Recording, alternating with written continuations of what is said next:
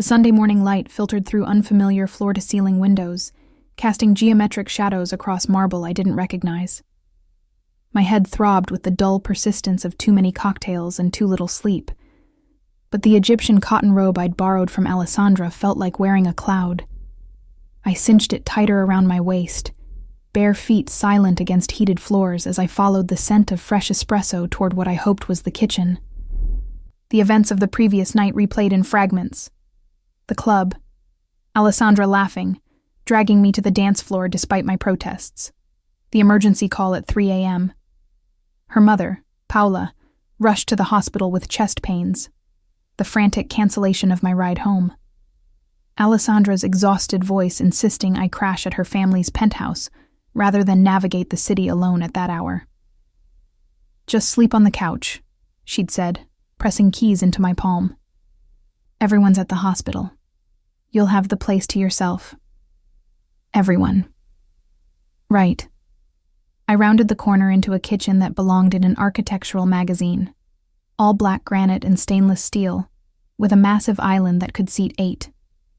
The espresso machine gleamed like a sculpture, and I'd managed to coax it into producing something drinkable after 5 minutes of button-pressing experimentation.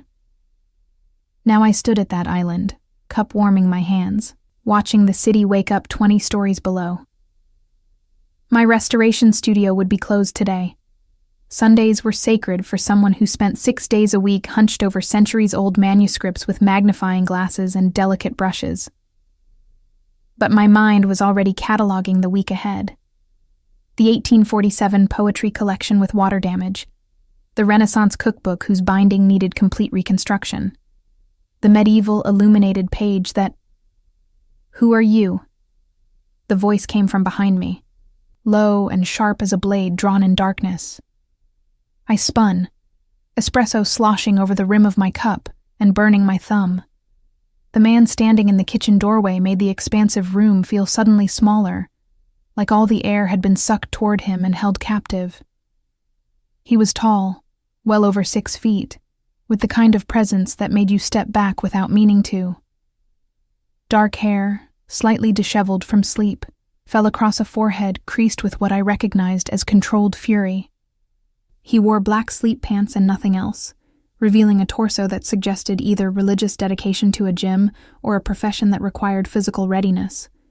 But it was his eyes that pinned me in place, dark, almost black, assessing me with the cold calculation of someone deciding if I was threat or nuisance. I'd never met him. 4 years of friendship with Alessandra, and I'd successfully avoided every family gathering, every holiday dinner, every casual mention of "you should come by the house."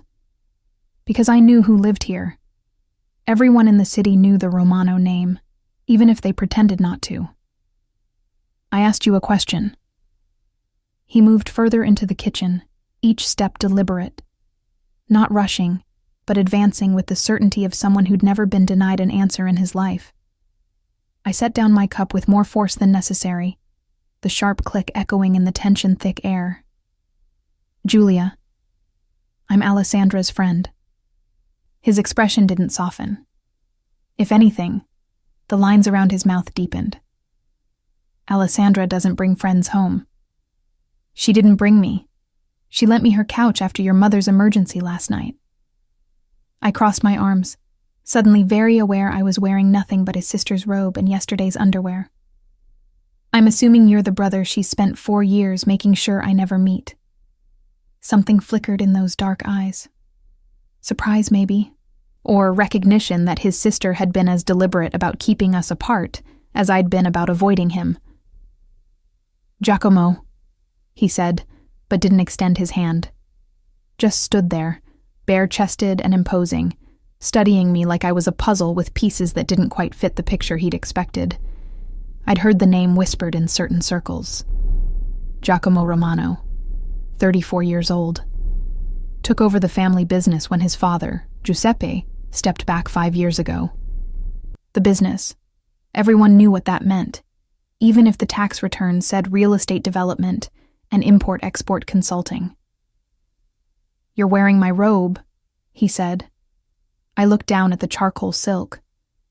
Alessandra said, "That's mine." Hers are in the guest suite. She gave you mine. Heat crawled up my neck, but I refused to show embarrassment.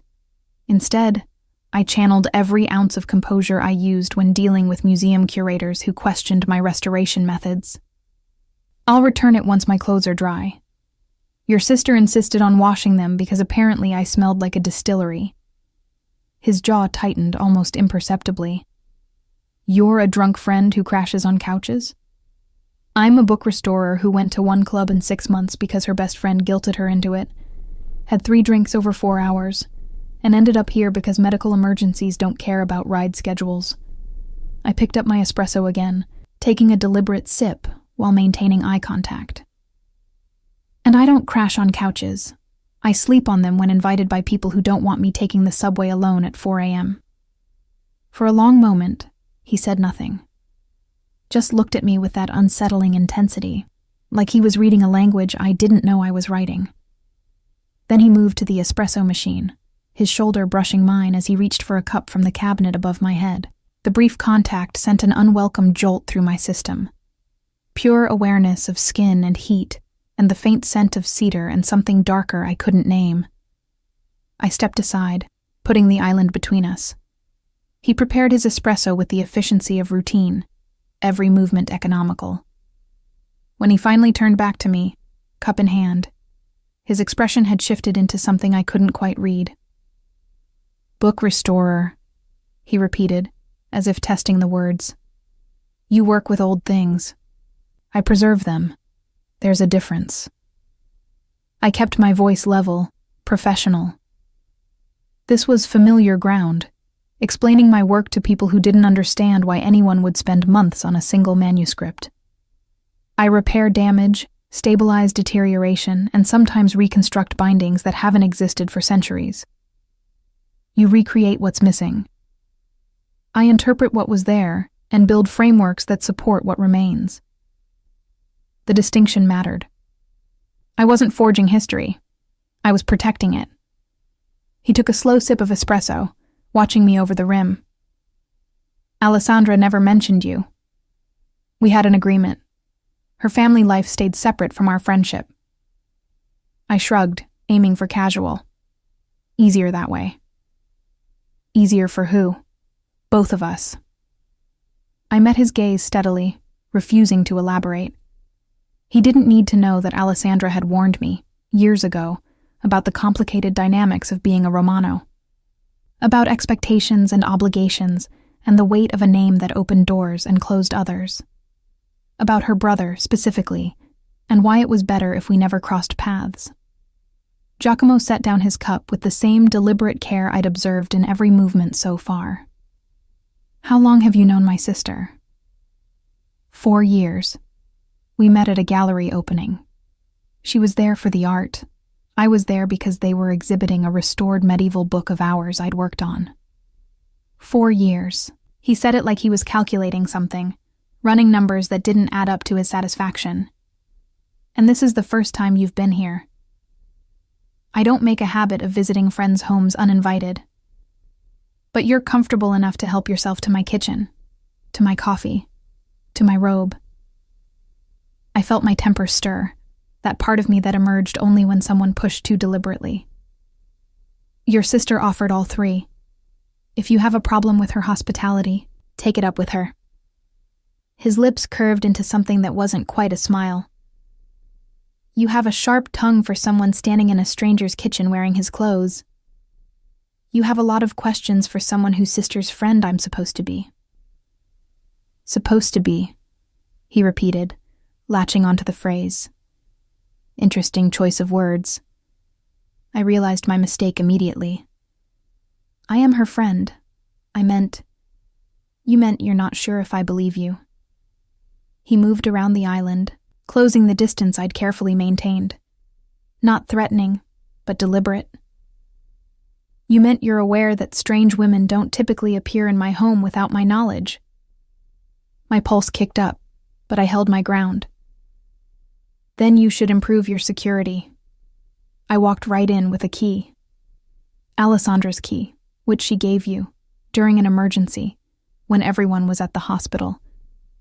He stopped a few feet away, close enough that I had to tilt my head back to maintain eye contact. Convenient timing. You think I orchestrated your mother's health scare? Disbelief colored my voice. That's paranoid even for... I stopped myself, but not quickly enough. Even for what? His tone dropped lower, dangerous. Finish that thought.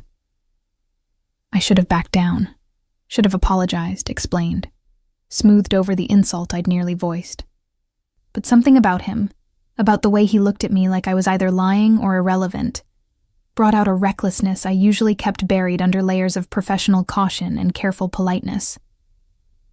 Even for someone with your reputation, I said quietly. I've heard the stories, Giacomo. Everyone has. But I'm not part of whatever world you inhabit. I'm a restorer who works in a studio barely larger than this kitchen, who spends her days with glue and century-old paper. I'm not a threat. I'm not even interesting enough to be suspicious of. His expression shifted again, that unreadable mask cracking just enough for me to glimpse something underneath. Not anger, something closer to intrigue. You know who I am, he said. Not a question. I know what people say. I don't know if it's true, and I don't want to know. I picked up my cup, needing something to do with my hands. I'm here by accident. I'll be gone as soon as my clothes are dry, and Alessandra confirms her mother is stable. Then you can forget you ever saw me. I don't forget faces. The way he said it made my skin prickle. Not a threat, a statement of fact, delivered with the casual certainty of someone who'd trained himself to catalog and remember every detail. Before I could respond, my phone buzzed on the counter. Alessandra's name lit up the screen. I grabbed it, grateful for the interruption. Hey, how's your mom? False alarm, thank God. Panic attack, not cardiac. They're keeping her for observation, but she's okay. Alessandra's voice carried the exhausted relief of someone who'd spent hours in a hospital waiting room. I'm so sorry I abandoned you there. Did you sleep okay? I looked at Giacomo, who was watching me with that same unsettling focus. The couch was fine. Good. Listen, we're going to be here a few more hours. Can you stay put? I'll bring breakfast when I get back, and we can... Actually, I should probably head home. I have work to prep for tomorrow.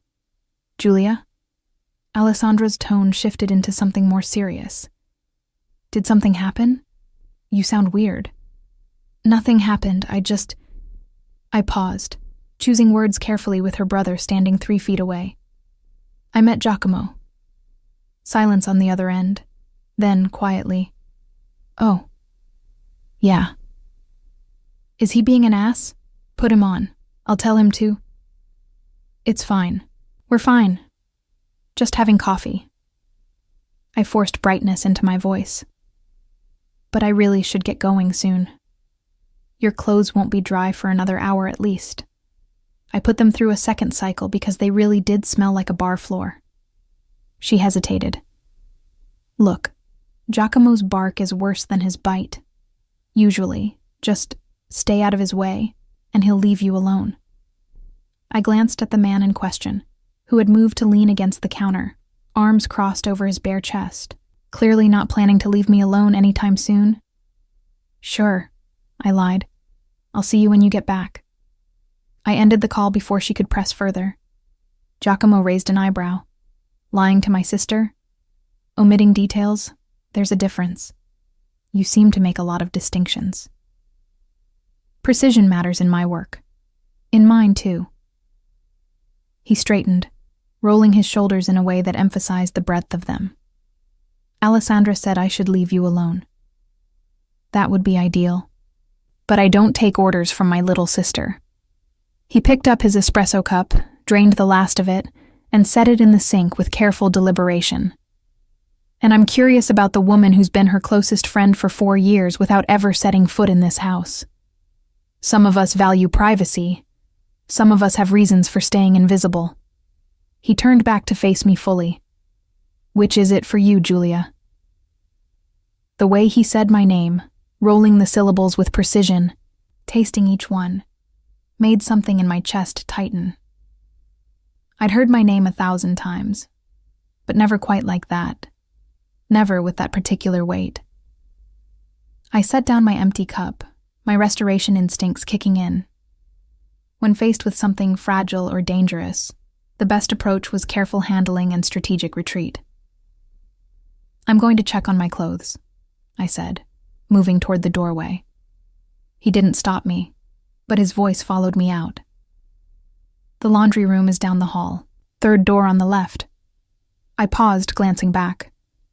"How did you know I didn't know where it was?" His smile was slight, knowing.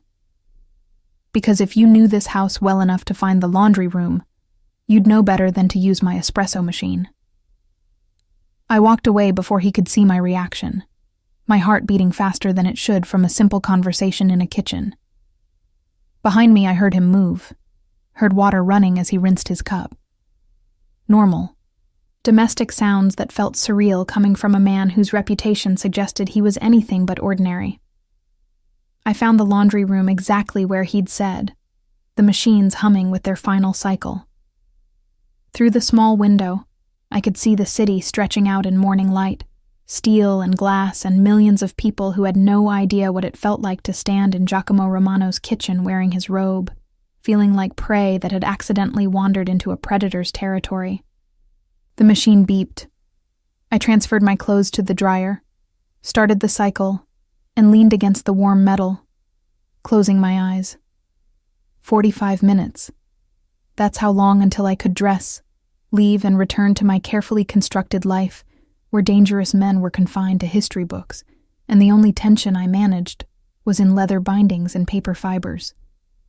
45 minutes, and then I'd never have to see him again.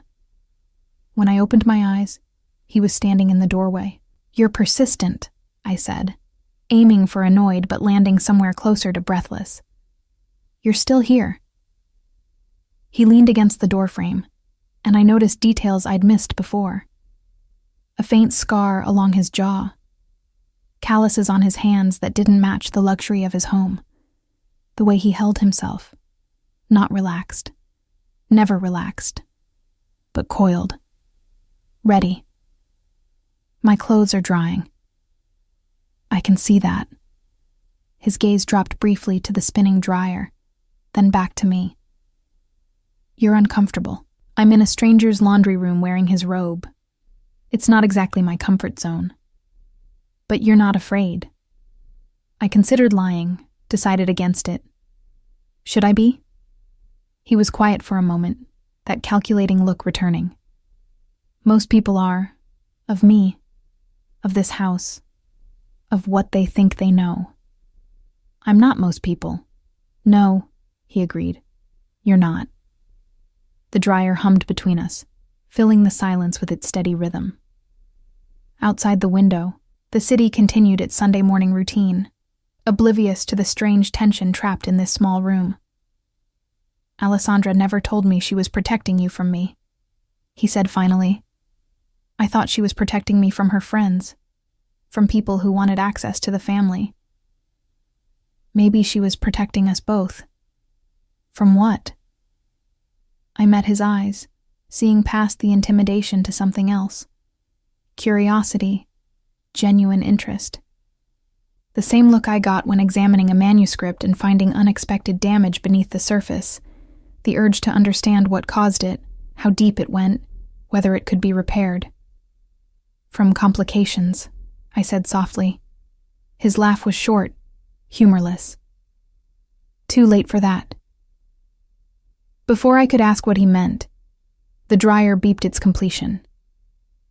I moved to open it, but he was faster, reaching past me to pull out my clothes. The heat from the dryer mixed with the heat from his proximity, and I found myself pressed back against the machine, trapped between warm metal and warmer skin. He handed me the bundle of clothes, his fingers brushing mine. "Get dressed. I'll make you breakfast before you go." "You don't have to." "I know." He stepped back, giving me space. "But Alessandra would never forgive me if I let her friend leave hungry. And despite what you might think, I'm not entirely uncivilized. Then he was gone, leaving me alone with my warm clothes and the lingering scent of cedar. I dressed quickly in the laundry room, grateful to be back in my own jeans and sweater, even if they were wrinkled from the dryer. The robe I folded carefully, running my fingers over the silk before setting it aside. When I returned to the kitchen, Giacomo had dressed, black jeans and a white Henley that somehow made him look more dangerous than the bare chest had. He was at the stove, doing something with eggs and vegetables that smelled impossible to resist. "Sit," he said without turning around. I sat at the island, watching him work. His movements were efficient, practiced. Not the cooking of someone who hired chefs, but of someone who'd learned by necessity. "You cook," I observed. Surprising? Unexpected. He glanced over his shoulder. I'm full of surprises. The omelet he slid in front of me 5 minutes later was perfect. Fluffy, golden, filled with herbs I couldn't name, but tasted like something between memory and promise. I ate in silence, aware of him watching me between sips of fresh espresso. When I finished, I pushed the plate away and met his gaze. "Thank you. For breakfast. For not throwing me out." "Why would I throw you out?" "Because I'm wearing your clothes, drinking your coffee, and apparently disrupting your Sunday morning routine." "You assume I have a routine." "Everyone has a routine. Mine is coffee, studio, 12 hours of meticulous work, home, sleep, repeat." I stood, collecting my plate. "What's yours?" He took the plate from my hands, his fingers lingering against mine a moment too long. "That depends on the day. Today's Sunday. Today my routine apparently includes interrogating my sister's friend in my kitchen." He rinsed the plate, set it in the dishwasher. "I haven't decided yet if that's an inconvenience or an opportunity." "Opportunity for what?" He turned to face me fully, and in the morning light streaming through those massive windows, I saw him clearly for the first time.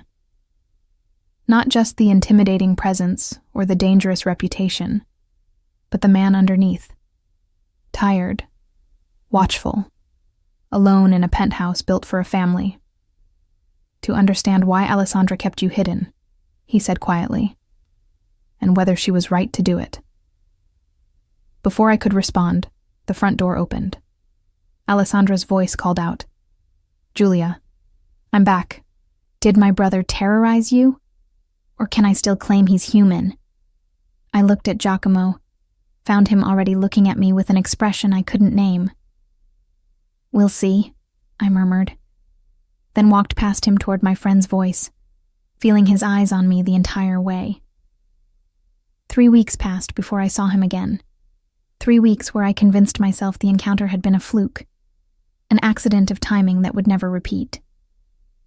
I returned to my studio in the historic district, to the familiar smell of leather and aged paper, to the rhythm of careful work that required patience, measured in millimeters and hours, measured in breaths held while applying adhesive to surfaces that could disintegrate under the wrong pressure.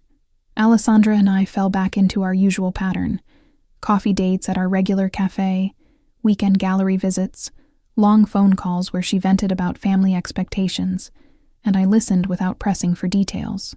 She never mentioned that Sunday morning, and neither did I. Some things were easier left in the category of things that happened once and need never be discussed. But on a Thursday afternoon, as autumn rain streaked my studio windows, and I worked under the bright LED lamps that mimicked natural light, my phone buzzed with a text from an unknown number. "I need your professional expertise. Name your rate." G. I stared at the message for a full minute before responding. "How did you get this number?" "Alessandra's phone while she was in the bathroom." "How much do you charge for consultations?"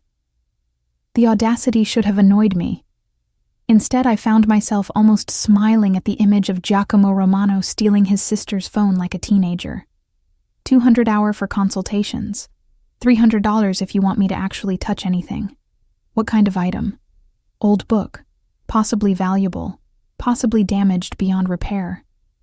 I need someone who knows the difference. I set down my brush. My curiosity officially piqued. In my line of work, old book could mean anything from a Victorian novel to an illuminated manuscript worth more than my entire year's salary. Where is it? My office. Can you come tomorrow? 10 a.m. I should have said no. Should have recommended one of my colleagues, maintained the distance Alessandra had wisely established. But the restorer in me couldn't resist the mystery of an unknown book. And if I was being honest with myself, another part of me wanted to see him again, to prove the tension in his kitchen had been imagined, to demonstrate I could be professional in his presence. Send me the address, and have coffee ready. Good coffee, already planning on it. The address he sent was downtown, in one of those buildings where the lobby required 3 forms of security clearance, and the elevator buttons went up to 40. I arrived at 9:55 a.m., dressed in my usual work clothes, black pants, simple blouse, hair pulled back in a practical twist. Professional armor. The receptionist, a woman in her 50s with sharp eyes and sharper suit, looked up as I approached. Julia Ferretti? That's me. Mr. Romano is expecting you. 40th floor, corner office. Angelo will escort you. Angelo materialized from a side door, tall, built like he ate weights for breakfast, with the watchful eyes of someone trained to see threats in shadows. He didn't speak as we rode the elevator up, just positioned himself between me and the door in a way that was probably unconscious habit. The 40th floor opened onto a reception area that managed to be both luxurious and austere. Dark wood, leather seating, and a view of the city that probably cost more per square foot than most people's homes. This way, Angelo said, his first words since we'd met. His accent placed him from the south, maybe Sicily. He led me down a hallway lined with what looked like original artwork. Not reproductions, but pieces I recognized from auction catalogs. A Caravaggio sketch, a Bernini study. Either Giacomo had excellent taste or excellent advisors. The corner office at the end of the hall had floor-to-ceiling windows on 2 walls, a massive desk that looked hand-carved from a single piece of walnut, and bookshelves that made my restorer's heart skip several beats. First editions. Rare volumes. Manuscripts I could see even from the doorway were in desperate need of attention.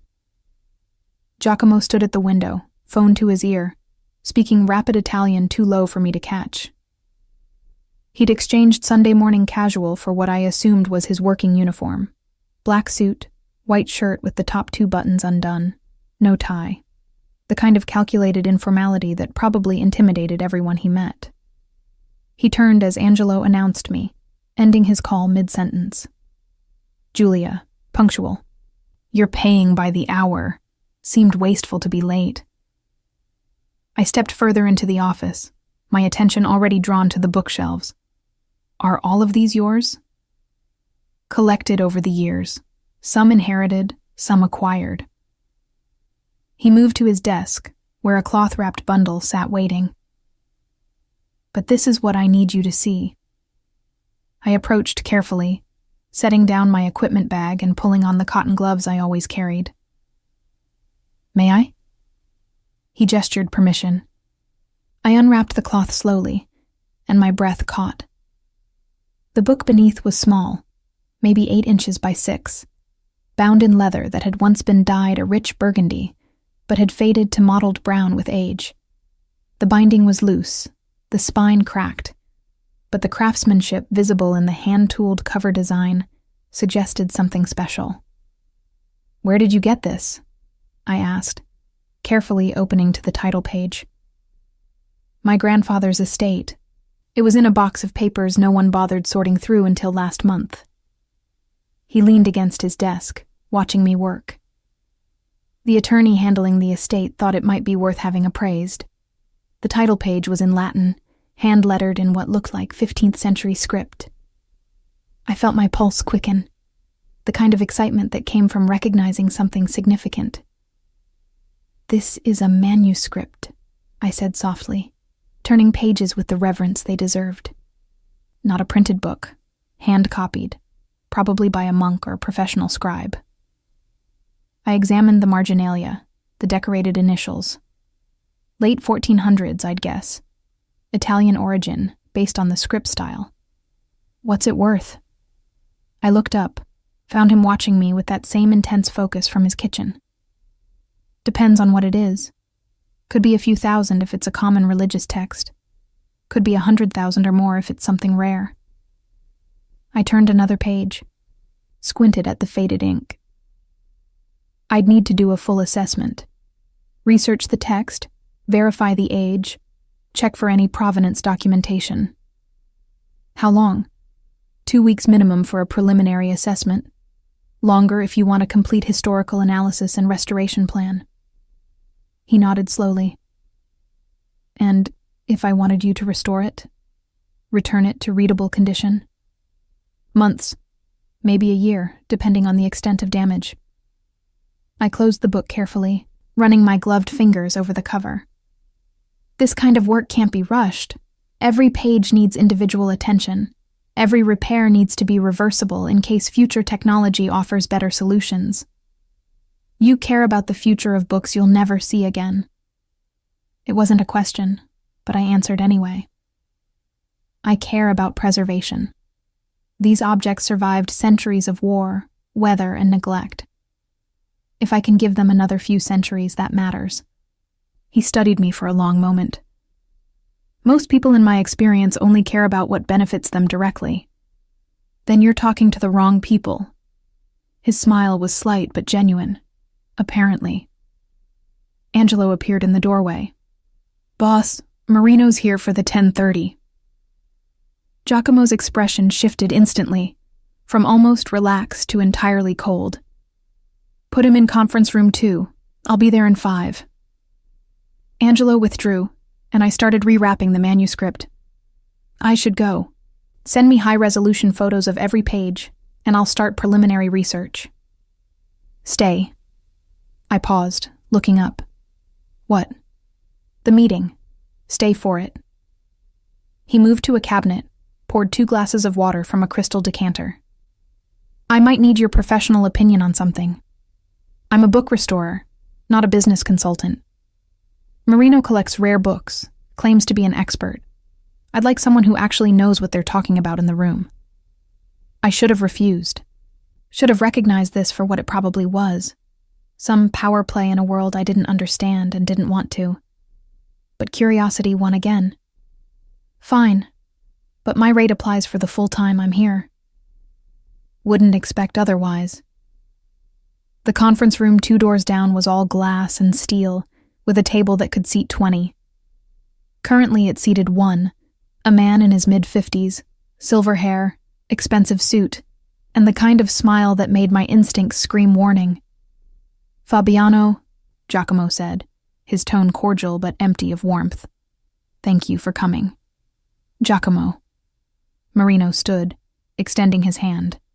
They shook with the careful choreography of people who trusted each other about as far as they could throw pianos. I wasn't aware we'd have company. Julia Ferretti. She's consulting on some items from my grandfather's estate. Giacomo gestured for me to sit, took the chair at the head of the table. I thought her expertise might be relevant to our discussion. Marino's eyes assessed me with the quick calculation of someone used to identifying leverage. A pleasure. You're an appraiser? Restorer, I corrected. I work with manuscripts and rare books. Fascinating field. His smile widened. I'm something of a collector myself. Perhaps you've heard of my library? I had. Anyone in the rare book world had heard of Fabiano Marino's collection. Extensive, expensive, and rumored to include several items of questionable provenance. Your reputation precedes you, I said neutrally. Giacomo's mouth twitched, almost amusement at my diplomatic non-answer. The meeting that followed was a masterclass in veiled threats and careful negotiation. Marino wanted something. Property rights to a warehouse district near the docks. Giacomo had those rights and no apparent intention of selling. They danced around the issue for 20 minutes, each making offers that weren't really offers, suggesting compromises that weren't really compromises. I sat quietly, watching the performance. This was a different side of Giacomo, not the man who'd made me breakfast, but the one who controlled territories and commanded fear. His voice never rose, his expression never shifted, but authority radiated from him like heat from stone. Then Marino played what he clearly thought was his trump card. "I have something you might be interested in." He pulled out his phone, scrolled through photos, turned the screen toward Giacomo.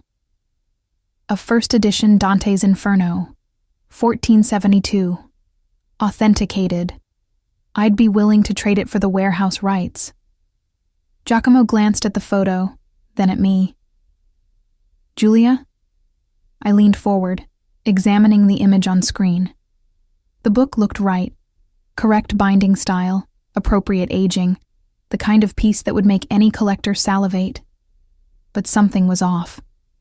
"May I?" I gestured for the phone.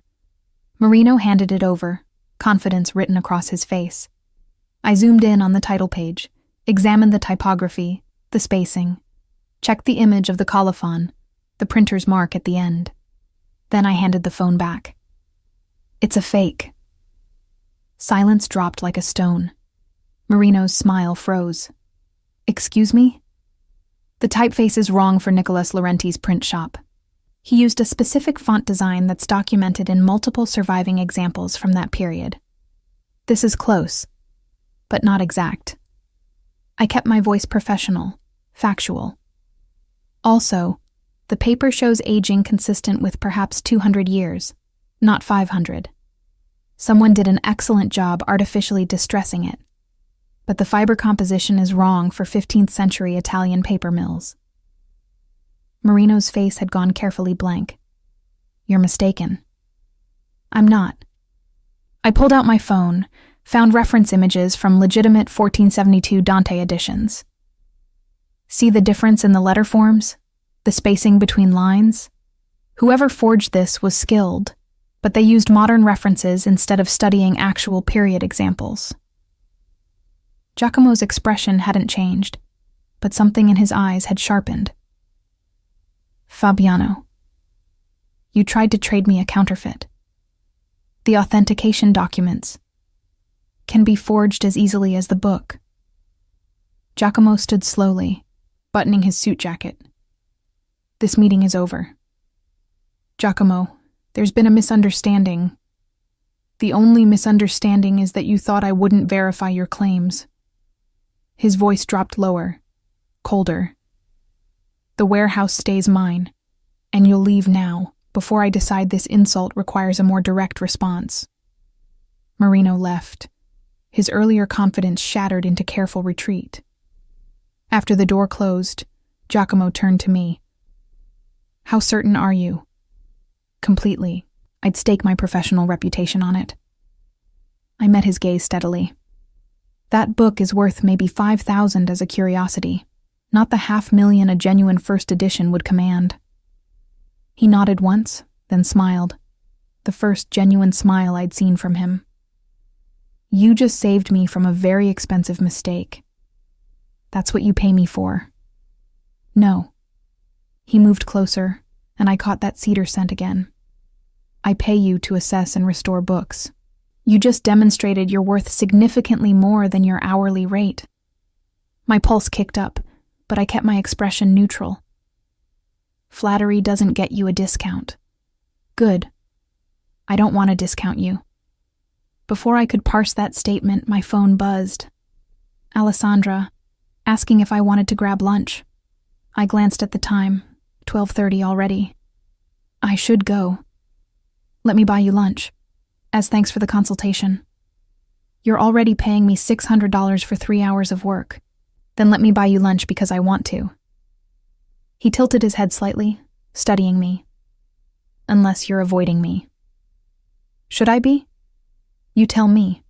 You're the one who's been friends with my sister for 4 years while making sure we never met." Fair point. I considered my options, did the mental calculation. Lunch with Giacomo Romano would either demystify him, prove he was just a man with a dangerous job, or complicate things further. The smart choice was obvious. 1 lunch, I said. Then I really do need to get back to my studio. 1 lunch, he agreed. We went to a restaurant 3 blocks away, the kind of place with a single name on a brass plaque, no menu visible from the street, and a host who greeted Giacomo by name. They seated us at a table by the window, brought water and bread without being asked, and disappeared with the discretion of people who understood exactly who they were serving. They know you here, I observed. I own the building. The restaurant is. A business investment. Of course it is. Over lunch, some kind of risotto that melted on my tongue, wine I didn't ask the vintage of. We talked about books. Not his business, not my friendship with his sister, just the safe territory of manuscripts and history, and the strange satisfaction of restoration work. He asked intelligent questions, listened when I explained the difference between conservation and restoration, understood when I described the ethical debates in my field about how much intervention was too much. You think about legacy, he said eventually, about what you're leaving behind. Don't you? He was quiet for a moment, his fingers tracing the stem of his wineglass. My legacy is complicated. The family business, the name, the expectations. He looked up, met my eyes. Sometimes I think it would be easier to preserve books than people. Books don't have competing interests and family obligations. Exactly. Something in his voice made me ask, is that what the warehouse is about? Competing interests? Everything is about competing interests. He set down his glass. Marino wants the docks because they're profitable. I keep them because letting him have them would signal weakness. It's a game where the rules are unwritten and the stakes are always higher than they appear. Sounds exhausting. It is. He smiled slightly. Which is why having lunch with someone who cares more about fiber composition than territorial disputes is refreshing. I'm not that boring. I didn't say boring. I said refreshing. His gaze held mine. There's a difference. My phone buzzed again. Alessandra following up. Where are you? Thought we were doing lunch. I typed back quickly. Got caught up with work. Rain check? Her response came immediately. You never get caught up with work. You're the most punctual person I know. What's going on? I set down my phone without answering. Giacomo had noticed. My sister, wondering where I am. Are you going to tell her that I'm having lunch with you? Should I? He considered this. She'll find out eventually. Alessandra has a talent for extracting information. Then she can extract it. I'm not lying, but I'm not volunteering details either. Diplomatic. Practical.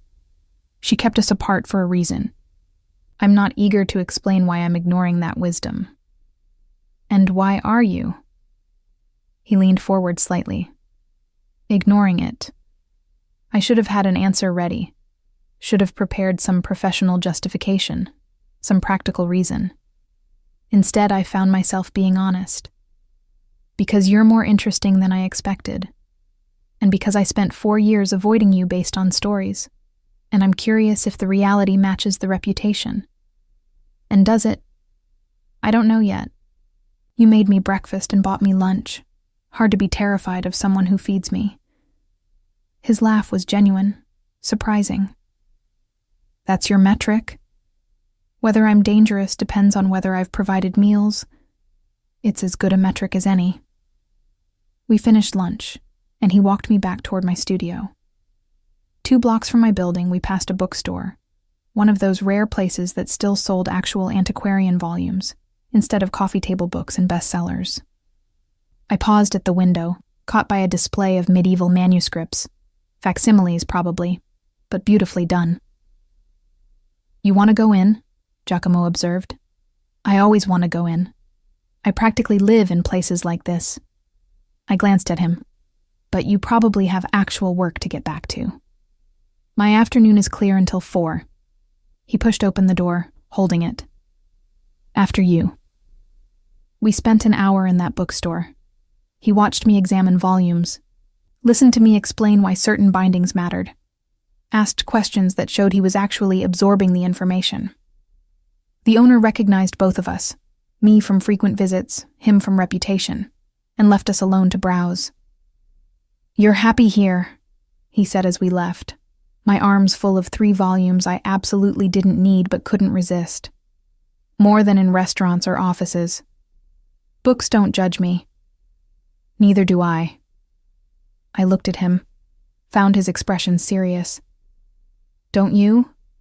Earlier you thought I was suspicious, a threat hiding in your kitchen." "I thought you were unexpected. I've since revised my assessment." "To what?" "Complicated." He took the books from my arms, carrying them despite my protests. In a way I didn't anticipate and don't quite know what to do with. We'd reached my studio, a converted warehouse space I shared with 2 other restoration specialists. The afternoon light slanted through high windows, illuminating dust motes and the familiar chaos of my work table. Giacomo set down my books, taking in the space. "This is where you work." 5 days a week, sometimes 6, sometimes 7 if I'm on a deadline. I hung up my jacket, suddenly aware of how humble my studio looked compared to his office.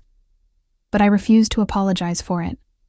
This was mine, built on skill and persistence, not inherited or intimidated. He moved to my work table, examining the manuscript I'd left partially disassembled. "What is this?" 15th century Book of Hours, private commission. The owner's great-grandmother brought it from France, and 3 generations of neglect nearly destroyed it. I joined him, pointing out the damage. "See how the binding's completely separated? And the water staining on these pages. Can you fix it?" "I can stabilize it. Return it to usable condition. But the water damage is permanent. I can only prevent it from getting worse." He was quiet, studying the delicate pages. When he looked up, his expression had softened into something I couldn't quite identify. "You really do care about these objects. They're pieces of history. Someone took the time to create this, to write out prayers by hand, to decorate margins, to bind it in leather they probably cured themselves. That matters. Even though it's broken, especially because it's broken, nothing worth preserving stays perfect."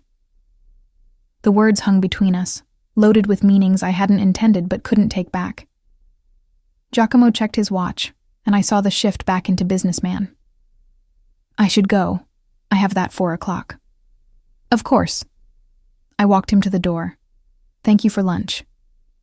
Thank you for saving me from Marino's fake Dante." At the threshold, he paused. "Julia?" "Yes?" "I'm going to see you again.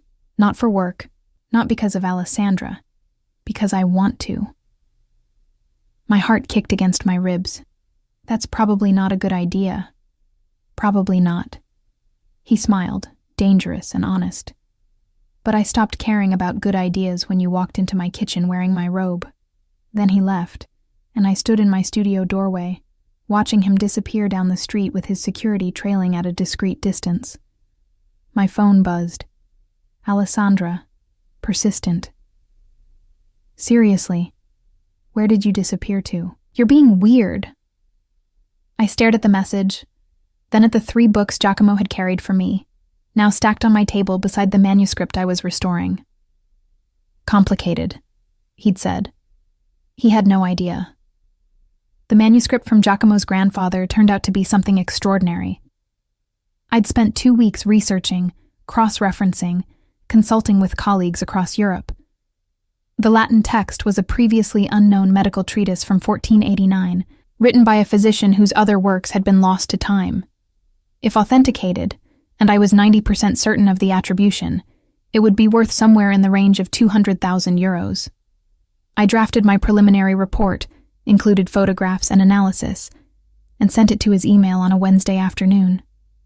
Within an hour, my phone rang. "You're sure about this?" His voice carried excitement barely restrained. "Unknown treatise? Museum-worthy? Assuming the carbon dating confirms the age, yes. This is significant, Giacomo. Not just valuable, historically important. When can you start restoration? I'd been preparing for this question. I can't. Not right now. Silence. Then carefully. Why not? I'm booked through next spring with other projects. Some of them are institutional commissions I can't defer. The earliest I could start on your manuscript is May. That's 7 months away. I know, I'm sorry. I can recommend other restorers who specialize in this period. No. Flat. Final. If you can't do it now, I'll wait. But I want you. Something about the way he said it made heat crawl up my neck. 7 months is a long time. Then I'll have 7 months to convince you to move my project up the schedule. Giacomo, have dinner with me. Tonight. The sudden shift caught me off guard. What? Dinner. To celebrate finding out my grandfather's forgotten book is worth a fortune. His tone had changed. Less business and more something else. Unless you're busy. I looked at my work table, at the book of hours that needed another 3 hours of attention tonight if I wanted to meet Friday's deadline. I have work. You always have work. One dinner won't destroy your schedule. He was right, which annoyed me. Fine, but somewhere casual. I'm not dressing up on a Wednesday. Deal? I'll pick you up at 7. He hung up before I could argue the logistics. At 6:45, I was still in my studio, cursing my inability to say no while trying to make my work clothes look intentional rather than haphazard. Black pants, silk blouse, hair down instead of pulled back. The best I could manage without going home to change. At 6:58, a sleek black car pulled up outside. Not a driver, Giacomo himself behind the wheel, which surprised me. He stepped out wearing dark jeans and a charcoal sweater that probably cost more than my monthly rent, but at least wasn't the full suit armor. You look good, he said as I slid into the passenger seat. You look like you're trying not to look like yourself. His smile flashed. Is it working? Not even slightly. You still radiate danger and expensive cologne. The cologne is bergamot and cedar, and I'll take danger as a compliment. He drove us to a restaurant in the old district. Stone walls, candlelight, the kind of intimate space where conversations stayed private. We were shown to a corner table, brought wine without ordering, left alone with menus we barely glanced at. Tell me about the manuscript, he said once we'd both settled. The parts you left out of the report. So I did. Explained the physician's background, the context of late 15th century medical knowledge, why this particular text mattered in the history of anatomy and treatment. He listened with complete focus, asking questions that showed genuine interest rather than polite engagement. You light up when you talk about this, he observed. Your whole face changes. This is what I love. Discovering lost knowledge, preserving it for people who'll come after us. No desire for fame, recognition.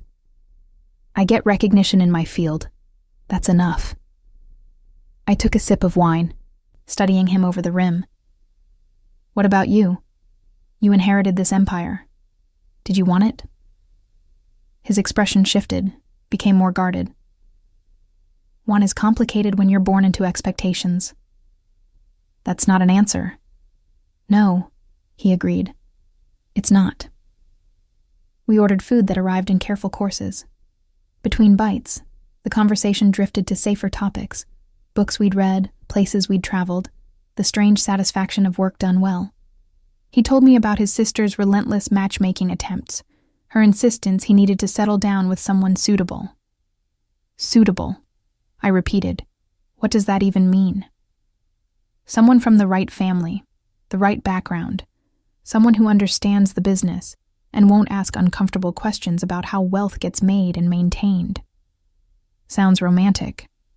His laugh was bitter. Romance isn't typically part of these arrangements. But you've avoided them so far.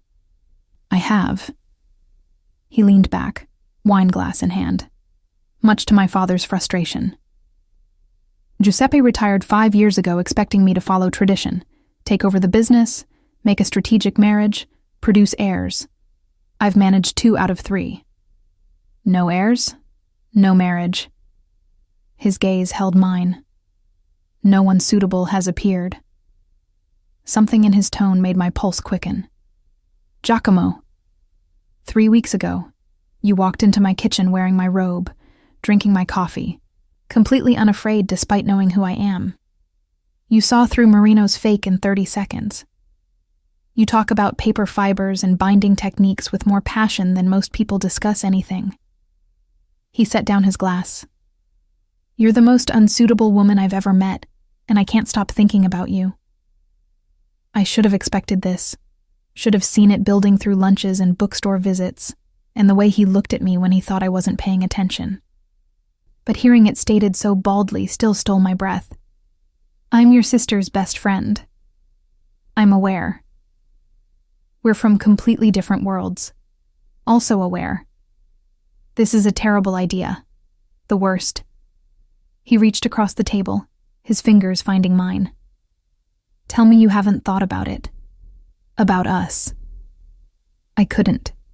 Because I had thought about it, in those unguarded moments between sleep and waking, in the middle of restoration work when my mind wandered, in every conversation where his intensity made me feel seen in ways I'd never experienced. But wanting something didn't make it wise. I don't fit into your life, Giacomo. I work in a converted warehouse.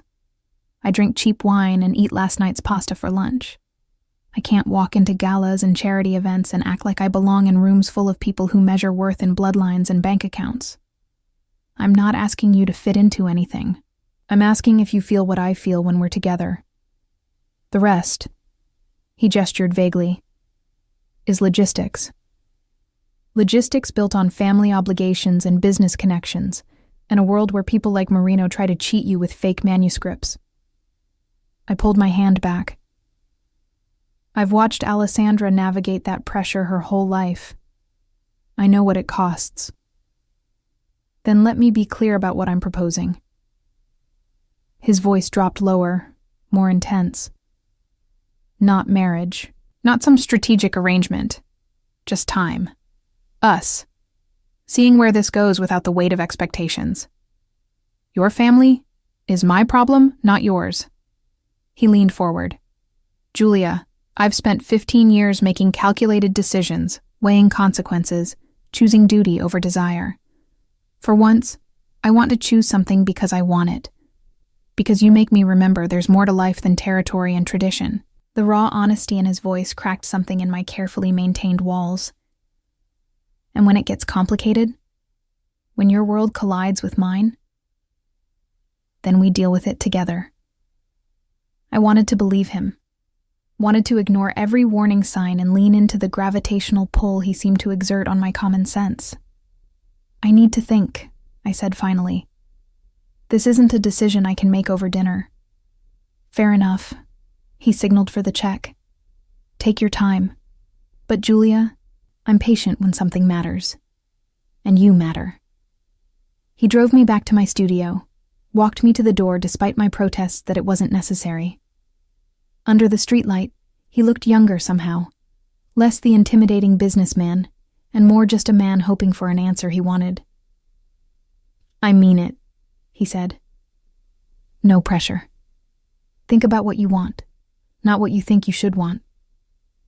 Then he left, and I climbed to my studio, my mind spinning through implications and possibilities, and the memory of his hand covering mine. I called Alessandra before I could talk myself out of it. Hey, she answered, sounding distracted. What's up? I need to tell you something, and you're going to be angry. Her attention sharpened. What did you do? I've been seeing your brother. Not seeing exactly, but spending time with. He hired me to assess a manuscript, and then we had lunch, and then dinner tonight. And, wait, what? Her voice rose. Giacomo? My brother Giacomo? How many brothers do you have? One is more than enough. I heard her moving, a door closing. Are you serious right now? When? How? Why didn't you tell me? It just happened. Started happening. After that Sunday, I stayed over. I paced my studio, phone pressed to my ear. He found my number, asked me to look at a book, and it spiraled from there. She was quiet for a long moment. When she spoke again, her voice had gone flat. He asked you out. He did. And you said yes.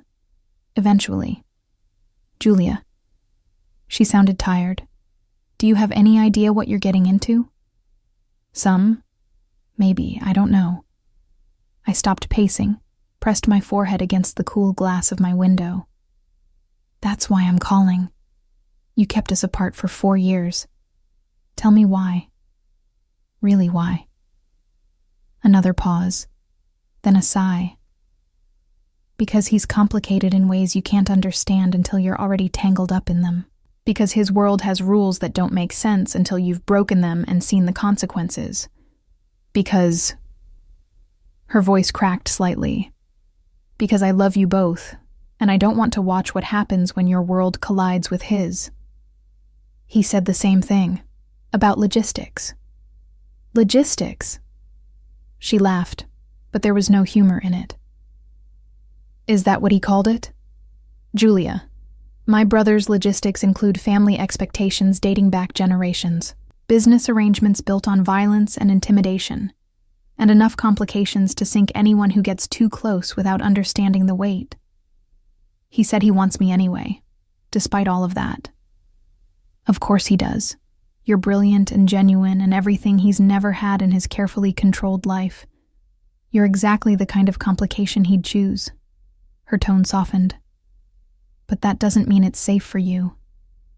I don't want safe. I want honest. Then here's honesty. Giacomo Romano doesn't do casual. If you say yes to him, you're saying yes to everything that comes with him. And once you're in, getting out is significantly more complicated than walking away. You make it sound like a trap. Not a trap. A choice with consequences. I just want you to make it with your eyes open. We talked for another hour.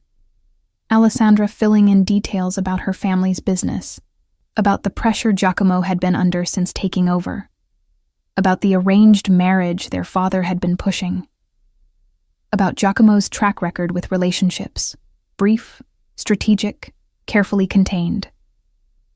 He's never brought anyone around the family, she said.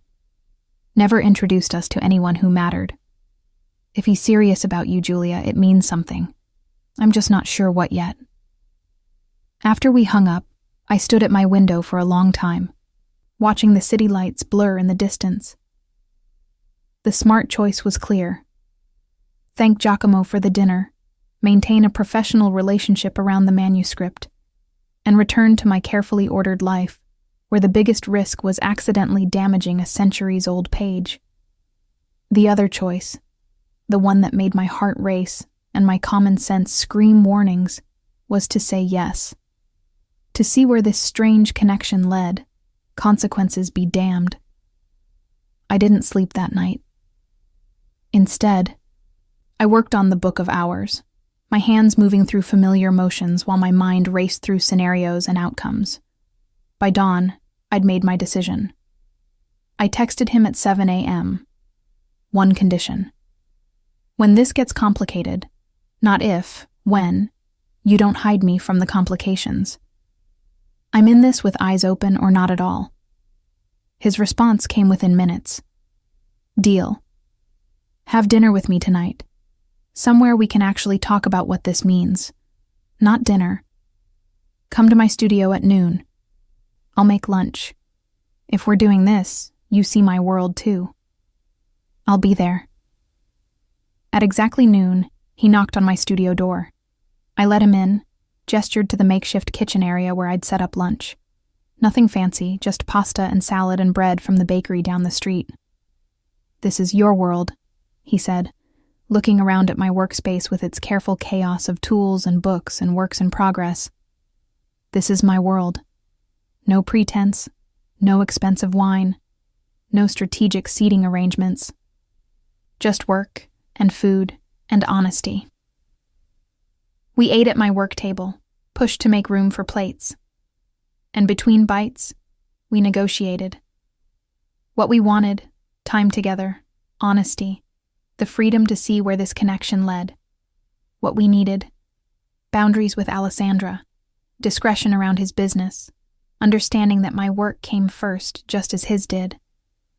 What we feared, his family's reaction, the inevitable collision of our different worlds, the possibility that wanting something wasn't enough to make it work. I can't promise this will be easy, he said, pushing his empty plate aside. My life comes with complications you haven't seen yet. And my life comes with a complete inability to compromise on my work and a stubborn streak that drives most people crazy. I met his eyes. But I want to try. If you're willing to be patient with me learning to navigate your world, then we have a deal. He extended his hand across the table, formal and slightly ridiculous in the context. I took it, felt the warm grip that sealed something neither of us fully understood yet. One more thing, I said. We tell Alessandra together. I don't want her finding out from someone else or feeling like we went behind her back more than we already have. He nodded. This weekend, we'll take her to dinner and explain. What we didn't know, as we shook hands over lunch in my studio, was that Alessandra had already set something in motion that would complicate things far beyond what either of us had anticipated. Alessandra took the news better than I'd feared, and worse than I'd hoped. We met at a quiet restaurant Saturday evening, neutral territory where no one had home advantage. She arrived 15 minutes late, which I recognized as a power move. Her brother recognized it too, if the slight tightening around his eyes was any indication. So, she said, settling into her chair and immediately ordering wine. You're dating. My best friend and my brother are dating. We're seeing where things go, I corrected carefully. That's just dating with commitment issues. She looked between us, her expression unreadable. How long has this been happening without me knowing? 3 weeks, Giacomo said, since I asked her to assess the manuscript. 3 weeks. And you're telling me now because we wanted to be sure it was something before making it your problem, I said. And because I didn't want you hearing it from someone else. She studied me for a long moment, then sighed. You're serious about this, both of you. It wasn't a question, but Giacomo answered anyway. Yes. Then I have something to tell you both, something I did before I knew about this development. She took a long drink of wine. Papa's been pressuring Giacomo about the Marino alliance, about marrying into their family to solidify business connections. I know, Giacomo said flatly. I've been refusing for 2 years. Right. But 2 weeks ago, after the Fabiano situation, Papa got more insistent, said you were making enemies instead of allies, that your refusal to marry was becoming a liability. She looked at me apologetically. I panicked. I told him you were already seeing someone seriously, that an announcement was imminent. My stomach dropped. Alessandra, what? I thought I was buying time. I figured you'd date some society woman eventually, and I could claim I'd been talking about her. She grimaced. I didn't know you were actually with Julia. Giacomo had gone very still. What exactly did you tell him? That you'd been seeing someone for months, that it was serious enough you were considering marriage, that she was from a good family, educated, respectable. Alessandra's voice dropped. I may have implied she was from one of the connected families, not Marino, but someone equally strategic. I'm a book restorer, I said faintly. I work in a warehouse. My family owns a bakery in Tuscany. I know, which is why this is a problem. She looked at her brother. Papa wants to meet her. This mystery woman who's captured your attention enough to refuse the Marino alliance. He's planning a family dinner next Friday. Giacomo's expression had gone from still to carved from stone. You lied to our father about my relationship status. I was trying to help. You were about to be railroaded into an arrangement with Fabiano's daughter, and I thought... She stopped, running her hands through her hair. I thought I had more time to figure it out. So now we have a choice, Giacomo said, his voice dangerously calm. I tell Papa the truth, that there is no fiancé, that Alessandra lied, and deal with the fallout. Or you bring Julia and pretend she's the woman I described, Alessandra finished miserably. Which is insane, I know, but no. I stood up, my chair scraping against the floor. Absolutely not. I'm not playing some game with your family, pretending to be someone I'm not. Giacomo caught my wrist gently. Julia, sit. Let's think about this. There's nothing to think about. This is exactly the kind of complication I stopped, seeing Alessandra's stricken expression, Giacomo's careful calculation. This is insane. It is, he agreed. But Alessandra's not wrong about the timing. If I tell Papa the truth now, he'll push harder on the Marino alliance. And I refuse to be manipulated into a marriage that benefits everyone except me. So instead you'll manipulate your father by using me as a fake fiancé? I pulled my wrist free. How is that better? It's not. But it buys us time to figure out what this actually is between us. He gestured between us. Right now, we're 3 weeks into something neither of us fully understands. If we walk into family scrutiny this early, it'll kill whatever we're building before we know what it could be. I finished quietly. Alessandra leaned forward. I have an idea. A way to make this work temporarily. I'm almost afraid to ask, I said, but sat back down. We don't lie exactly. We just present the truth differently. She looked at me. Your family does own a bakery, right? In Tuscany? A small one. My parents supply local restaurants and hotels. Perfect. We position you as a business owner's daughter. Educated, respectable, cultured. All of which is true. She turned to Giacomo. You met her through work, the manuscript assessment. Also true. You were impressed by her expertise, started spending time together, realized it was serious. Completely true. Except the part where we pretend we're engaged, I pointed out. We don't have to go that far, just dating seriously. Let Papa draw his own conclusions about where it's heading. Alessandra was warming to her idea. One dinner. You meet the family, make a good impression, and then we have time to either make this relationship real enough to withstand scrutiny, or end it quietly before anyone gets hurt. I looked at Giacomo. You're actually considering this. I'm considering whether 6 months of fake relationship is better than 20 years of real misery in a strategic marriage. He met my eyes. I'm also considering that if we do this, if you agree to one dinner, one performance, you'll be giving me something no one else has. A choice about my future. That's not fair. You're making this about noble sacrifice when it's really about manipulation and lies. You're right. It's not fair. He didn't look away. But I'm asking anyway. One dinner. Meet my family. Let them think we're serious. And buy us time to figure out if we actually want to be. I should have said no. Should have walked away from the entire mess. Gone back to my studio and my manuscripts and my uncomplicated life. But I looked at Alessandra's guilty desperation, at Giacomo's careful control hiding what I'd learned to recognize as vulnerability, and felt my resistance crumbling. One dinner, I said finally. But we do this my way. I don't lie about who I am or where I come from. If they ask about my family, I tell them the truth. No pretending to be society or connected or anything I'm not. Agreed, Giacomo said immediately. And after this dinner, we reevaluate. If it's too complicated, if your family becomes a problem, we end this before it gets worse. Fair. And you owe me, I added, pointing at Alessandra. You owe me so much gelato and wine, and listening to me complain about my problems without making them about your family for at least a year. She smiled, relieved. Deal. I'm so sorry, Julia. I really was trying to help. I know. Your helping just happens to be as complicated as your brother's entire existence. The rest of dinner was spent planning. Alessandra coached me on family dynamics.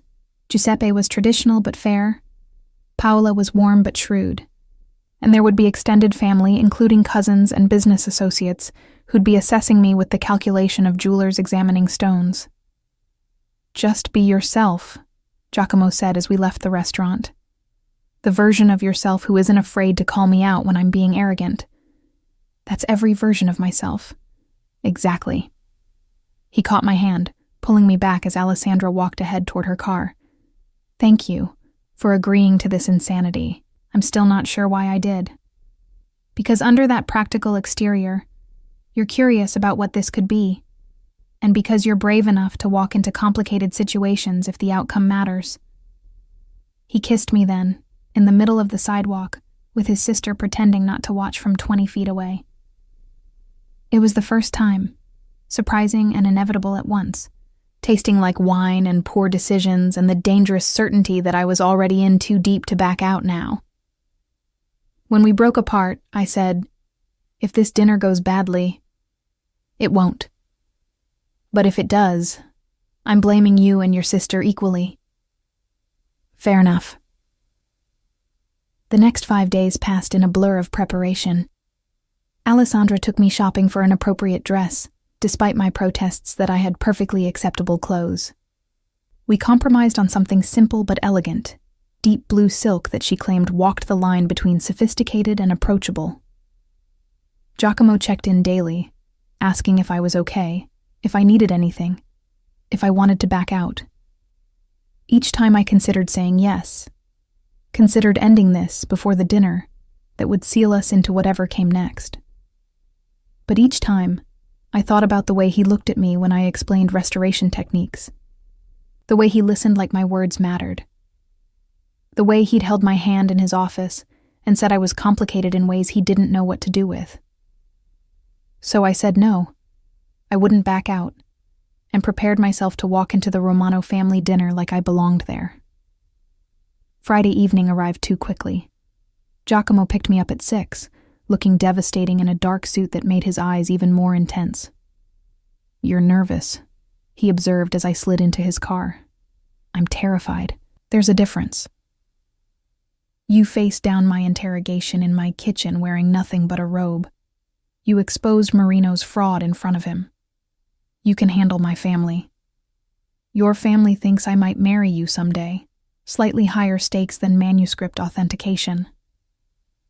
He reached over, took my hand.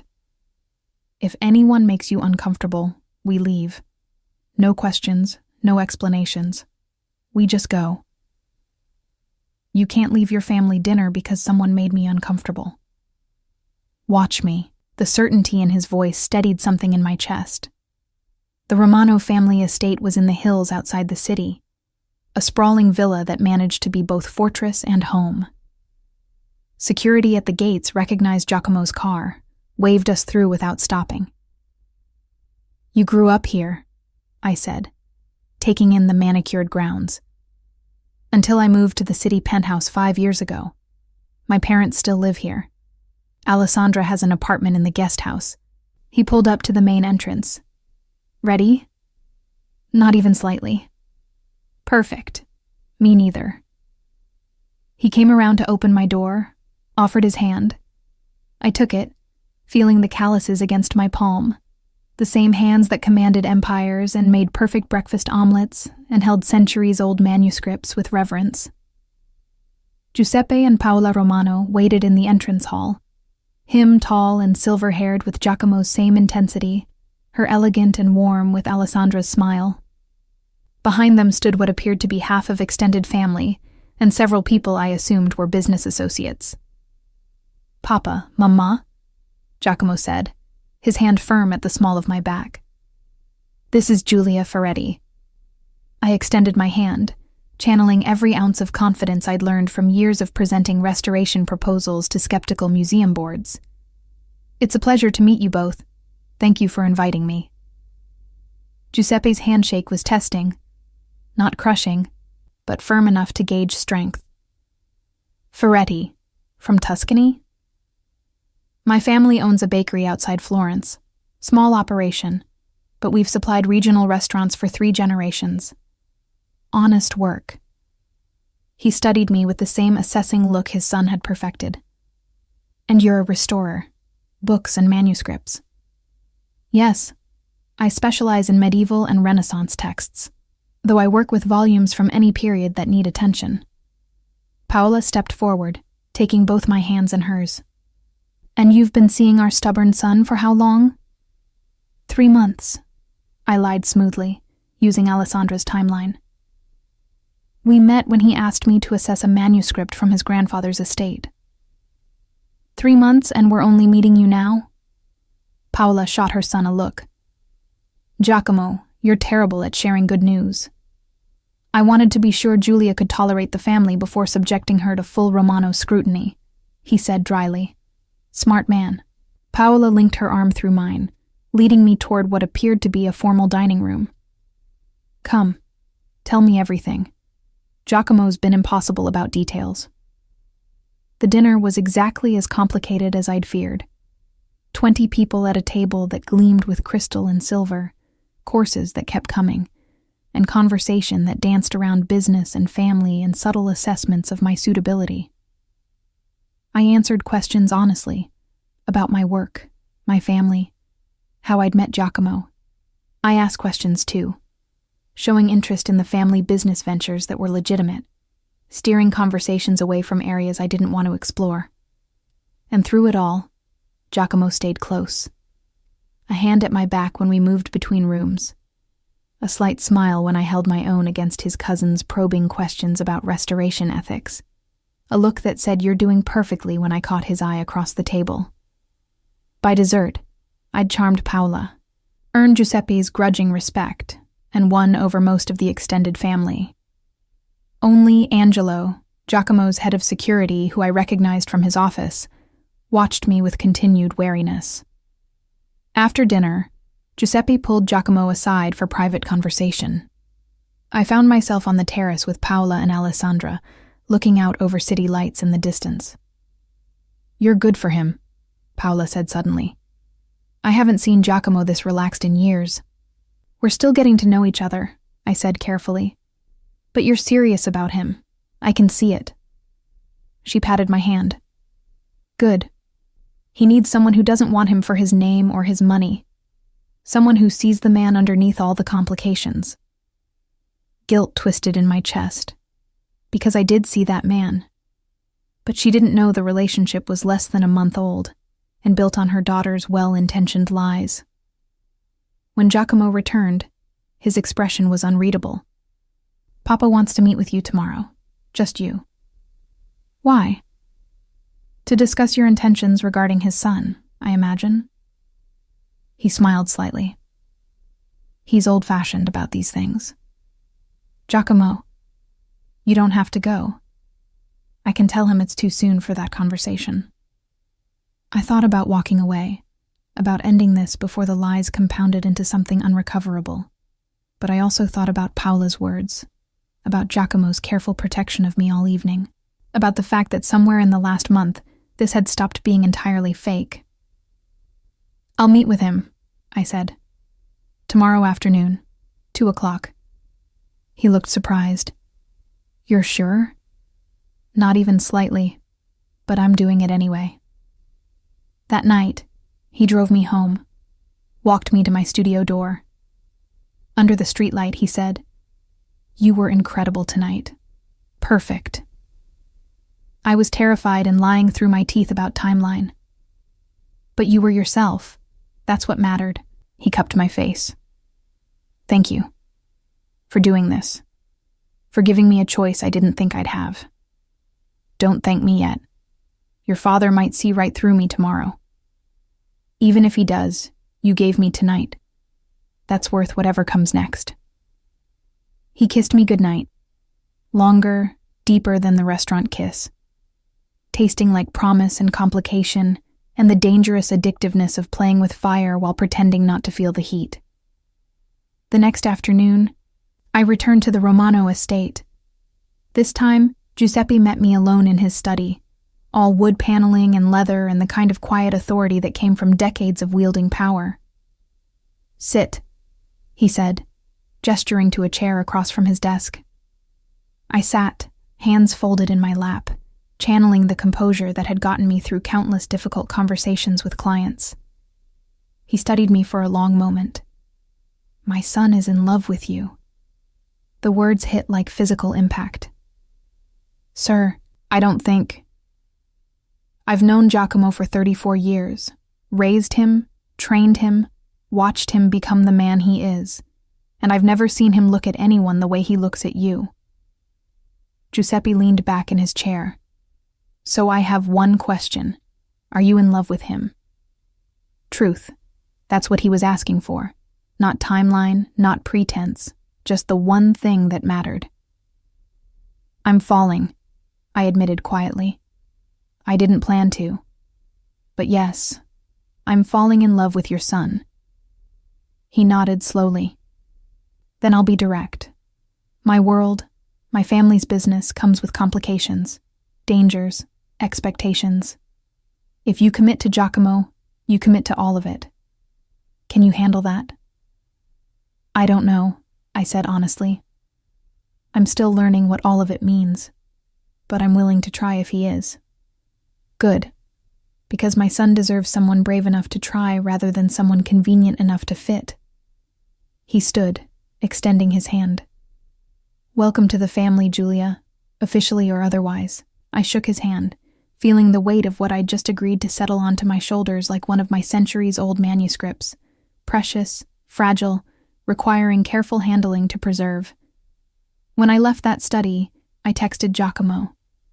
"Your father is terrifying, and I think he likes me. Also, I might have just accidentally committed to falling in love with you. Thought you should know." His response came immediately. "Good, because I'm already there. Come to the penthouse tonight. We should talk about what happens next. What happened next would change everything." But standing in the Romano estate, feeling the weight of history and family and choices made centuries ago still reverberating, I realized I was ready. Ready to stop running from complications and start facing them with someone who made them feel worth navigating. The arrangement Alessandra had inadvertently created should have lasted 6 months. Long enough for me to become a familiar fixture at family events, for Giacomo to demonstrate he was settled, for the pressure about the Marino alliance to dissipate naturally. It lasted 8 weeks before everything collapsed. Those 8 weeks were strange and beautiful, and more complicated than any manuscript I'd ever restored. I split my time between my studio and Giacomo's penthouse, between restoration work and family dinners, between my humble reality and his luxury empire. He kept his word about not hiding me from complications. I learned the real scope of the Romano business, not just the legitimate holdings, but the territories, the influence, the careful balance between legal enterprise and darker necessities.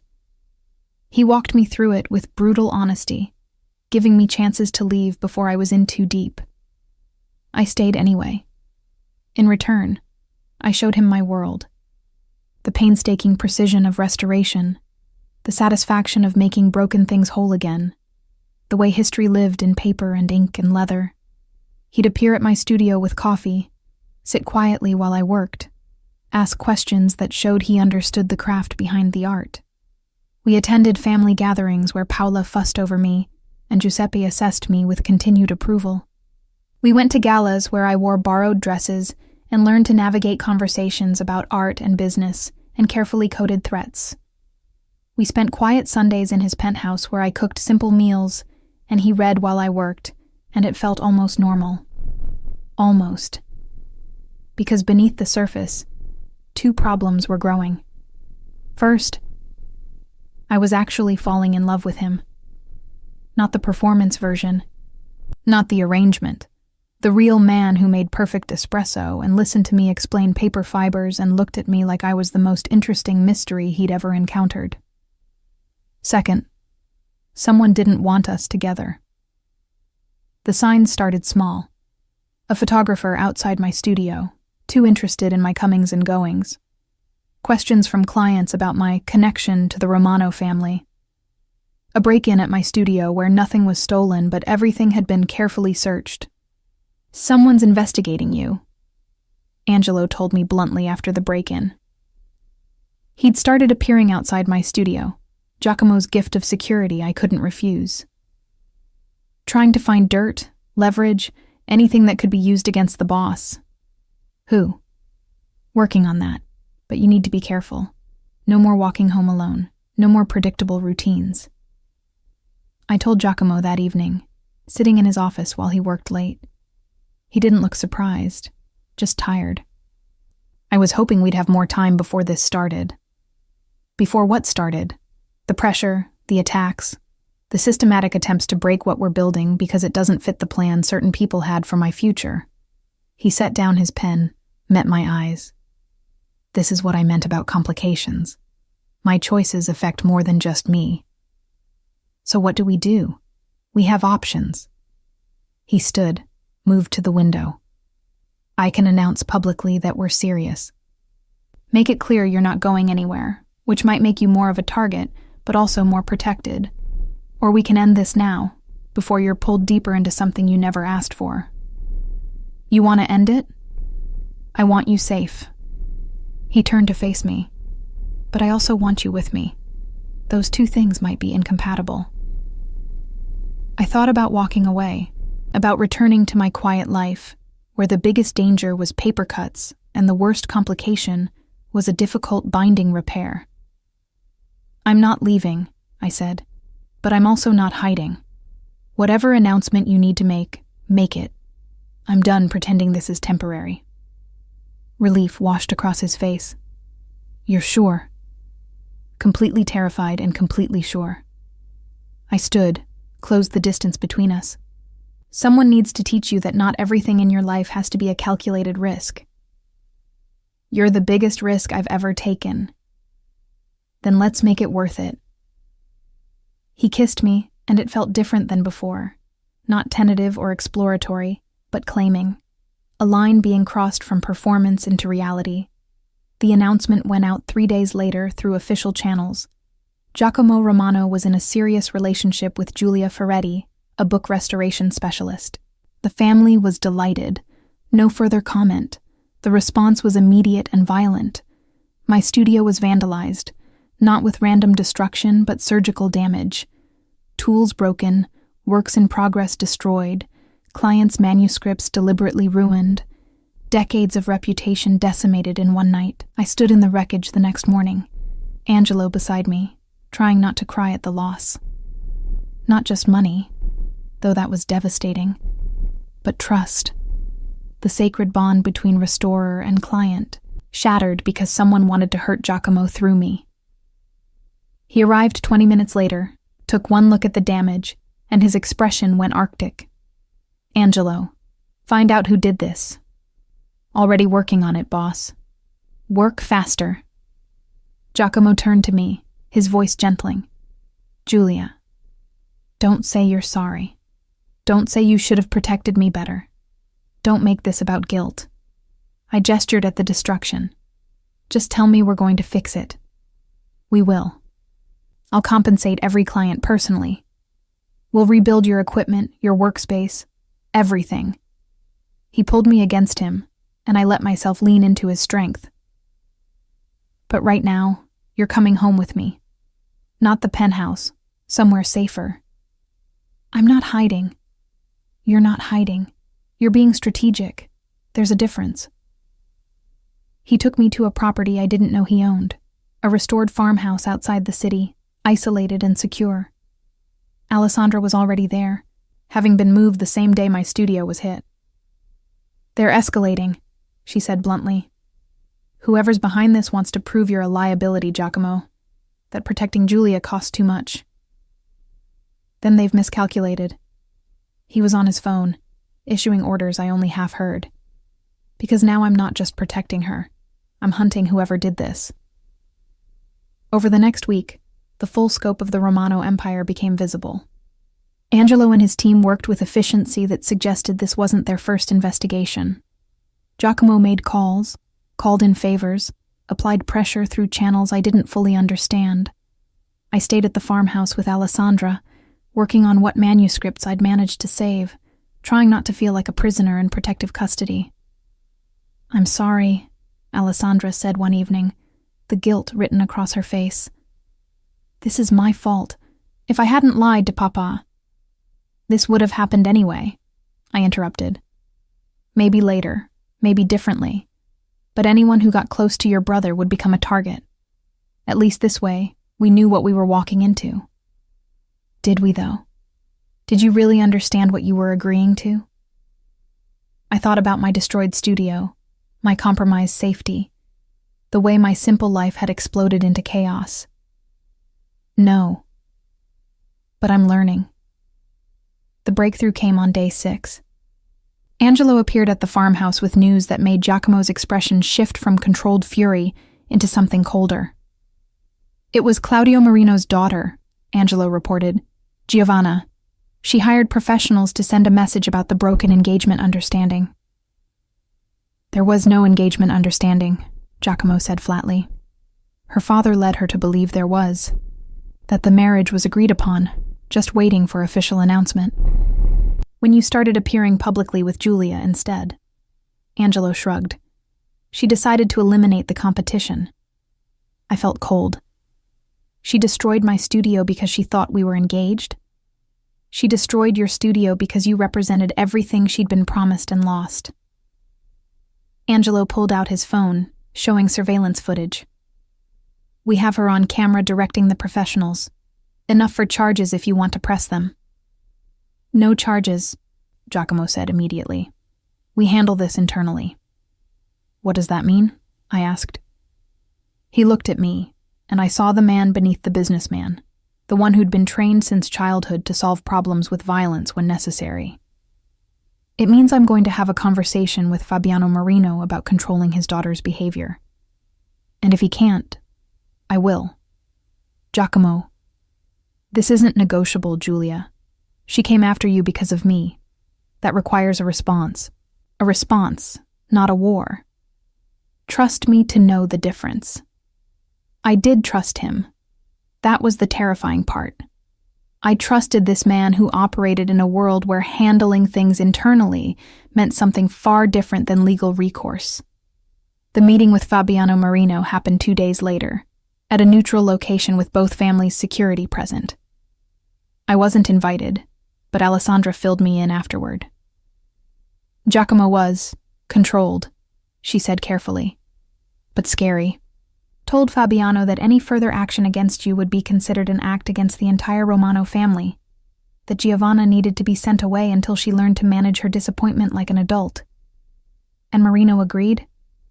He didn't have a choice. Giacomo made it clear this was the peaceful option." She paused. "My brother can be terrifying when someone threatens what he loves." What he loves. The phrase settled over me with weight I wasn't ready to examine. When Giacomo returned that evening, I was waiting in the farmhouse kitchen, pretending to read while actually watching the door. "It's handled," he said, collapsing onto the couch beside me. "Giovanna's being sent to their family estate in Sicily. Marino will compensate you for the damage. And we've reached an understanding about boundaries."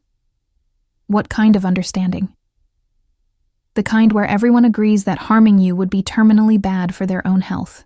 He pulled me against his side, his tension slowly bleeding out. "You can go back to the city. Back to your studio, though I'd prefer if you moved some of your work to the penthouse. So I'm safe now. Safer. You're always going to have some risk being with me. But the immediate threat is neutralized." I should have felt relieved. Instead, I felt angry. This is your life. Crisis management and threats and violent solutions to human problems. Yes, and you want me in it permanently. Yes. Why? I pulled away to look at him directly. Why me, Giacomo? Why is it worth all of this? He was quiet for a long moment, his hand coming up to cup my face. Because before you, I was playing a role. Dutiful son, careful businessman, strategic decision maker, everything calculated, nothing real.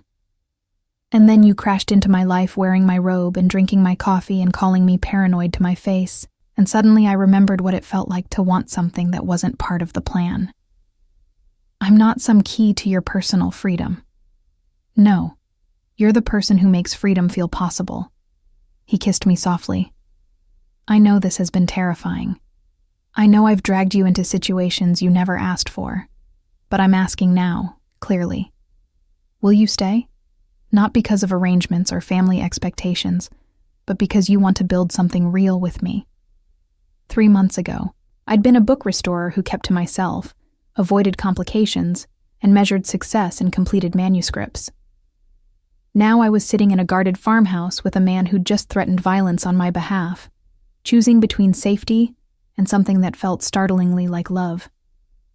I'll stay, I said, but on 2 conditions.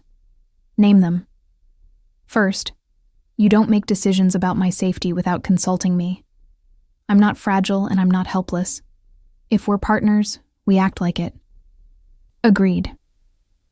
Second, you let me teach you that not everything has to be protected through control and force. Sometimes the best way to preserve something precious is to trust it to survive on its own strength.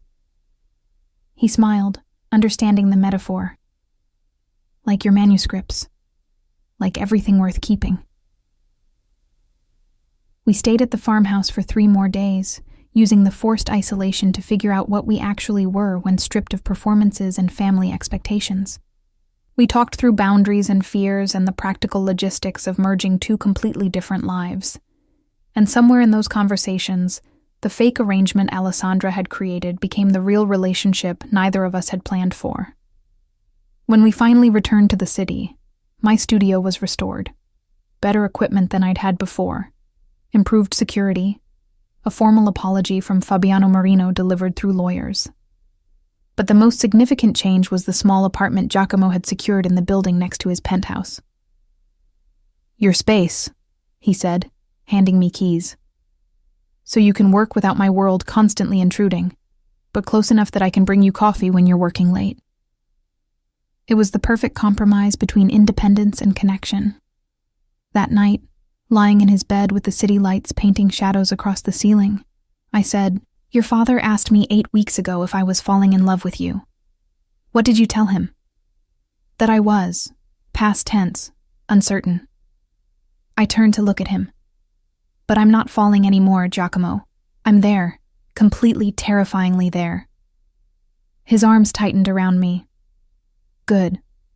Because I've been there since you told me my chocolate preferences were uncivilized. I never said that. You implied it heavily. That's different. He laughed, and I felt the sound rumble through his chest into mine. This was real. Complicated and dangerous and nothing like the life I'd imagined. But real in ways that mattered more than safety. Outside, the city continued its endless rhythm. Inside, 2 people who'd started as strangers in a kitchen figured out how to become partners in something bigger than either had anticipated. The call came at 4 a.m, 3 months after Giovanna Marino's forced exile. I woke to Giacomo already on his phone, his voice clipped with the kind of controlled fury I'd learned meant serious trouble. He was out of bed, pacing naked to the window, silhouetted against pre-dawn darkness. When? A pause. How many? Another pause, longer. Keep her there. I'm coming now. He ended the call, and I was already sitting up. What happened? Alessandra's apartment was broken into. She's safe. She was at a friend's place. But whoever did this left a message. His jaw tightened. Addressed to me. I was out of bed, pulling on clothes. I'm coming with you. Julia. Don't. We agreed. Partners means I don't sit home waiting while you handle crises. He studied me for 3 seconds, then nodded. Get dressed. We leave in 5. Angelo met us in the lobby with 2 other security personnel I'd come to recognize. The drive to Alessandra's apartment was silent, except for Giacomo's rapid-fire calls, mobilizing resources and information networks. The apartment looked untouched from the outside. Inside was a different story. Nothing had been stolen. But every surface, every wall, every mirror had been marked with the same message in red paint that I hoped was just paint. This could have been her. Alessandra stood in her living room, wrapped in a blanket despite the summer heat, shaking slightly. I went to her immediately while Giacomo surveyed the damage with Angelo. "I'm okay," she said before I could ask. "Just shaken. If I'd been home. But you weren't. You're safe." I hugged her tightly. "That's what matters." "They're escalating," Angelo said from across the room. "This isn't about territory or business anymore. This is personal." "Who?" Giacomo's voice was dangerously quiet. "Who's behind this?" "Still investigating, but the signature matches the original vandalism on Giulia's studio. Same professionals, same style." Angelo pulled up images on his tablet. "Someone really wants to send you a message." Message received. Giacomo's expression had gone absolutely cold. "Find them. I want names by tonight." Over the next week, the investigation intensified. More security appeared around everyone in the family. My apartment next to his penthouse gained cameras and reinforced doors. Alessandra moved back to the family estate temporarily, surrounded by her father's security team, and I watched Giacomo transform into someone I'd only glimpsed before, the man who'd built and maintained power through strategic violence and absolute control. "We have a name," Angelo finally reported one evening. Not Giovanna this time. Her cousin, Matteo Marino. Apparently he's been in love with Giovanna since they were teenagers, took her humiliation personally. Where is he? Sicily. Under Fabiano's protection, theoretically. Angelo hesitated. "Boss, if we go after him..." "We're not going after him. I'm going to have a conversation with Fabiano about family management." Giacomo's tone left no room for discussion. "And if that conversation doesn't resolve things, then we escalate." "Giacomo." I stepped into his office, having heard enough. "What does escalate mean in this context?"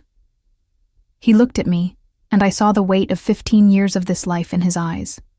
"It means I stop being diplomatic and start being what people think I am. A monster. A necessity."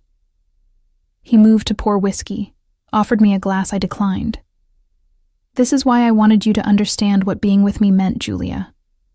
These moments where choosing mercy might cost more than choosing violence. So you're planning violence. I'm planning to protect my family by whatever means necessary. If that includes violence, then yes." I should have argued.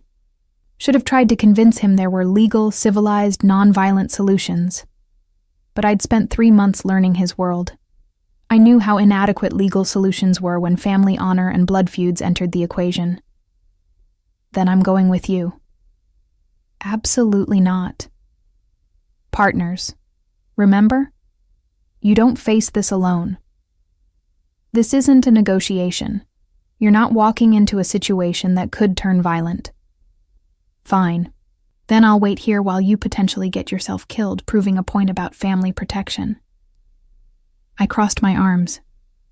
"How's that for partnership?" We stared at each other across his desk, wills clashing with the force of months of learning to navigate each other's stubbornness. Finally, he said, "You stay in the car with Angelo. No arguments, no following me inside, no heroics. Agreed?" "Agreed." The meeting with Fabiano Marino happened 2 days later, at his private villa outside the city. Giacomo brought minimal security, just Angelo and 2 others. A show of confidence rather than force. I sat in the car as promised, watching through tinted windows as Giacomo disappeared inside. Angelo remained with me, tense and alert. "He'll be fine," Angelo said, though I wasn't sure if he was reassuring me or himself. "How often does he do this? Walk into potentially dangerous meetings?" "More often than he should. Less often since you appeared." Angelo glanced at me. "You're good for him. Make him remember there are stakes beyond business and territory." "I'm not sure that's entirely positive. Stakes make people reckless. Or careful.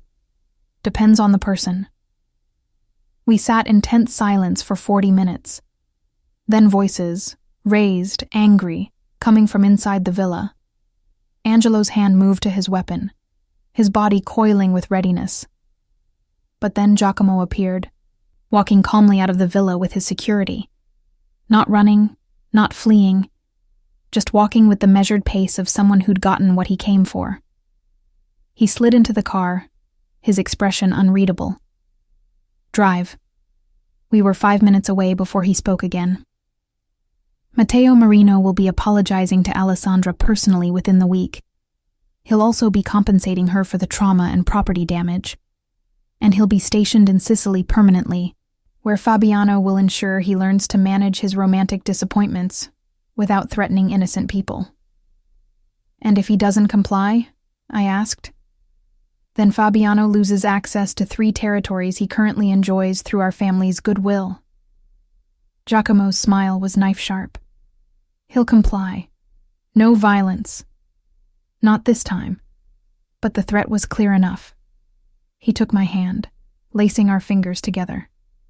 Sometimes the anticipation of consequences is more effective than the consequences themselves. You sound like you're describing manuscript conservation. Maybe your philosophy is more broadly applicable than you realized. Back at the penthouse, Alessandra was waiting with Paola and Giuseppe. The family dinner that followed felt like a celebration. Crisis averted, threat neutralized, normal life resuming. Except nothing felt normal anymore. I can't do this, I told Giacomo that night, standing at his window with the city spread below.